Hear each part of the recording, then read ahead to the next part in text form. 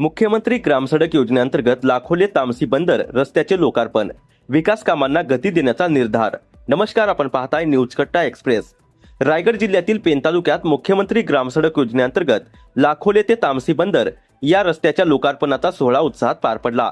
अनेक वर्षापासून खराब अवस्थेत असलेल्या या रस्त्यामुळे नागरिकांना मोठ्या अडचणींचा सामना करावा लागत होता। आता हा रस्ता पूर्ण झाल्याने परिसरातील गावांची दळणवळण व्यवस्था अधिक सक्षम होणार असून विकासाला चालना मिळणार आहे। या कार्यक्रमाला आमदार रविशेठ पाटील, निलिमाताई पाटील, जिल्हा परिषद सदस्य प्रभाकर म्हात्रे, पंचायत समिती सदस्य विवेक म्हात्रे, प्रदीप शेठ, ग्रामपंचायतीचे सरपंच सदस्य, गावकरी तसेच भारतीय जनता पक्षाचे पदाधिकारी, कार्यकर्ते आणि महिला मोठ्या संख्येने उपस्थित होते। यावेळी निलिमाताई पाटील यांनी पूर्वी हा रस्ता अत्यंत खडतर होता, मात्र आता चांगल्या रस्त्यामुळे प्रत्येक गावापर्यंत पोहोचणे शक्य झाले असल्याचे सांगितले।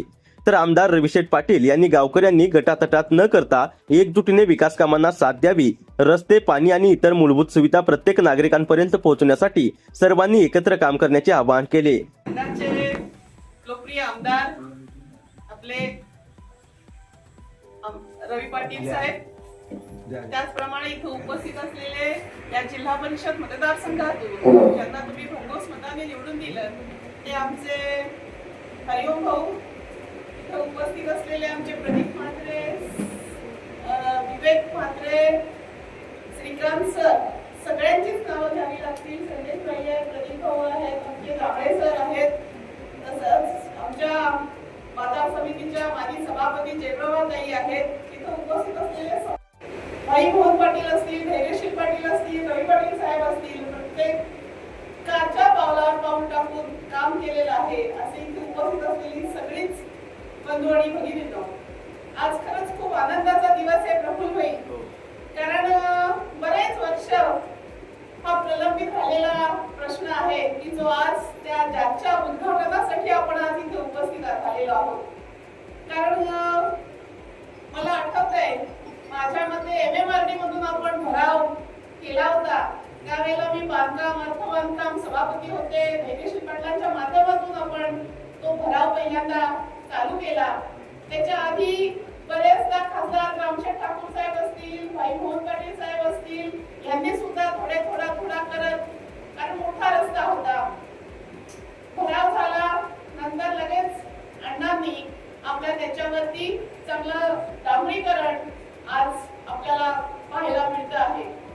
त्या आधीचा जो रस्ता आहे तो सिमेंट काँक्रीटीकरण झालेला आहे अण्णा, आणि त्याच्यानंतरचा पुढचा रस्ता जो आहे तो डांबरीकरण झालेला आहे। म्हणजे असं कुठेही वाटलं नाही की जनवली बेडीला प्रफुल्लच्या गावाला आम्ही चाललेलो आहोत, असं कुठेही वाटलं नाही।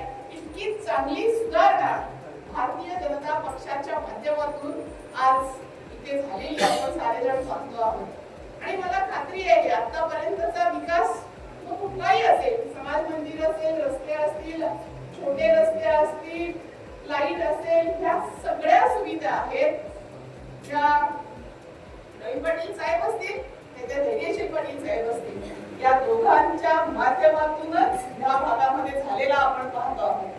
अनेक प्रश्न अजूनही प्रलंबित असतील। आता प्रफुल्ल भाईंनी सांगितलं की रस्ते चालू आहेत, पण मधले टप्पे थोडेफार राहिलेले आहेत।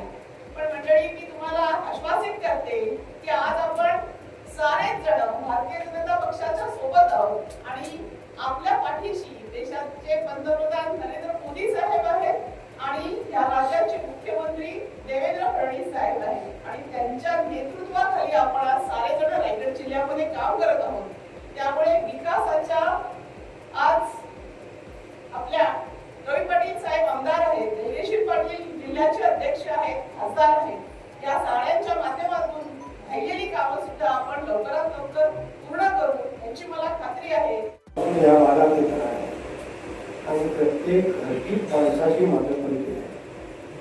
आज या लोकार्पण सोहळा खरं म्हणजे तुमच्यासाठी नाही, माझ्यासाठी नाही, कारण हा भाग खरा अविकसित होता।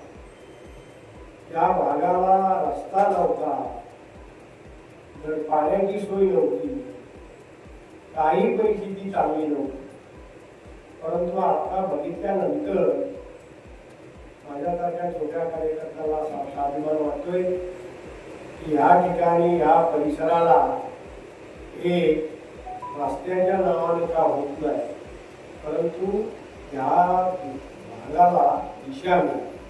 आणि आजच्या या लोकार्पण सोहळ्यासाठी उपस्थित असलेल्या आपल्या सर्वांच्या नेत्या, माजी जिल्हा परिषद अध्यक्षा सन्माननीय निलेवाताई पाटील, या ठिकाणी उपस्थित असलेले या भागातले खरं म्हणजे हरिओम म्हणजे परिचित आहे आणि त्यांचं काम म्हणजे सांगायला नको.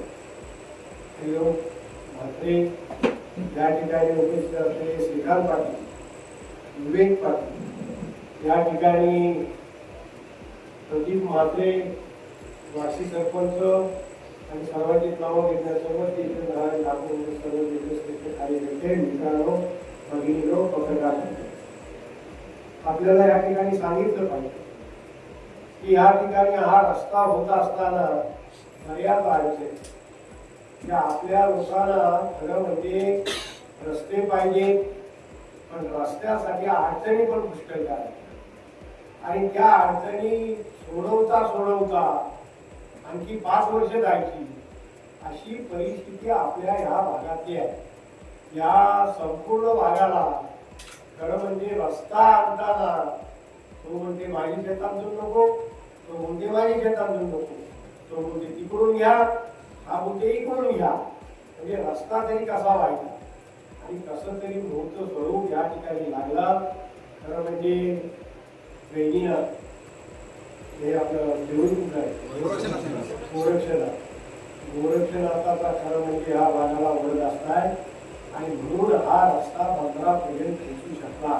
न्यूज कट्टा एक्सप्रेससाठी रायगड जिल्हा संपादक संजय गायकवाड.